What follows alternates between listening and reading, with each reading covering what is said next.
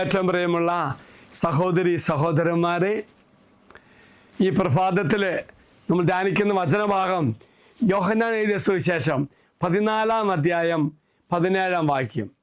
ഈ സത്യാത്മാവിനെ സ്വീകരിക്കുവാൻ ലോകത്തിന് സാധിക്കുകയില്ല, കാരണം അതവനെ കാണുകയോ അറിയുകയോ ചെയ്യുന്നില്ല. എന്നാൽ നിങ്ങൾ അവനെ അറിയുന്നു, കാരണം അവൻ നിങ്ങളോടൊത്ത് വസിക്കുന്നു, നിങ്ങൾ ആയിരിക്കുകയും ചെയ്യും. Praise the Lord, hallelujah.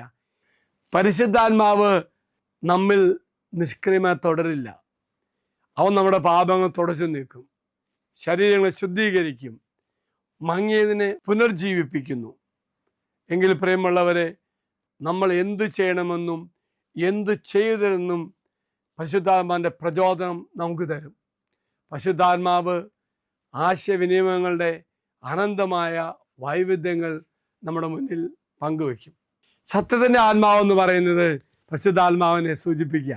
അതുകൊണ്ടാണ് ലോകത്തിന് സ്വീകരിക്കാൻ കഴിയില്ല എന്ന് വിശേഷിപ്പിക്കപ്പെടുന്നത്. കാരണം ലോകത്തിൻ്റെ മക്കൾക്ക് പരിശുദ്ധാത്മാവിനെ കാണുവാനോ അറിയുവാനോ കഴിയില്ല. എന്നാൽ വിശ്വാസികൾ നമ്മുടെ ഉള്ളിൽ പരിശുദ്ധാത്മാവ് വസിക്കുന്നതുകൊണ്ട് നാം അവനെ അറിയുന്നു. അടിസ്ഥാനപരമായിട്ട് വിശ്വസിക്കുന്നവർക്ക് പരിശുദ്ധാത്മാവ് സത്യത്തിൻ്റെയും ഗ്രാഹ്യത്തിൻ്റെയും ഉറവിടമാണ്. അതേസമയം വിശ്വാസമില്ലാത്തവർക്ക് യഥാർത്ഥത്തിലേക്ക് പ്രവേശിക്കാൻ സാധിക്കില്ല. അതുകൊണ്ടാണ് പരിശുദ്ധാത്മാവ് സത്യത്തിൻ്റെ ആത്മാവെന്ന് നാം പറയുന്നത്.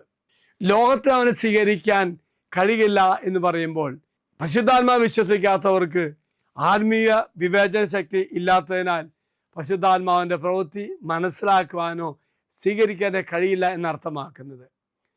നിങ്ങൾ പരിശുദ്ധാത്മാവിനെ അറിയുന്നു എന്ന് പറയുമ്പോൾ നമ്മുടെ ഉള്ളിൽ പരിശുദ്ധാത്മാവ് വസിക്കുന്നതുകൊണ്ട് നമുക്ക് പരിശുദ്ധാത്മാവായിട്ട് ഒരു വ്യക്തിബന്ധമുണ്ട്.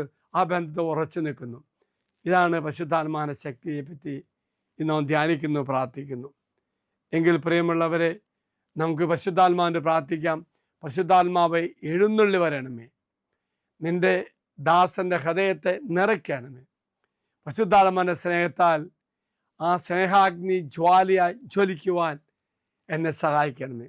തീർച്ചയായിട്ടും പ്രിയമുള്ള സഹോദരി സഹോദരന്മാർ, ഈ ദിവസം പരിശുദ്ധാത്മാവ് എപ്രകാരമാണ് നമ്മൾ പ്രവർത്തിക്കുന്നതെന്നും പരിശുദ്ധാത്മാവിൻ്റെ ശക്തി നാം കണ്ടുവെങ്കിൽ ഈ ആത്മാവ് ജ്വലിച്ച് ജീവിക്കുവാൻ ദൈവം നമ്മെ സഹായിക്കട്ടെ.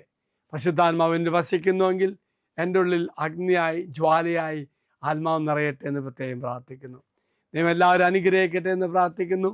നമ്മുടെ കർത്താവായ ശംശാകൃപയും പിതാവായ ദൈവത്തിൻ്റെ സ്നേഹവും പരിശുദ്ധാത്മാവിൻ്റെ സഹവാസവും കൂടെ ഉണ്ടായിരിക്കട്ടെ, ഇപ്പോഴും എപ്പോഴും എന്നേക്കും. ആമേൻ. ഒരു നല്ല ദിവസം ആശംസിക്കുന്നു. എല്ലാവരും കർത്താവ് അനുഗ്രഹിക്കട്ടെ. Praise the Lord.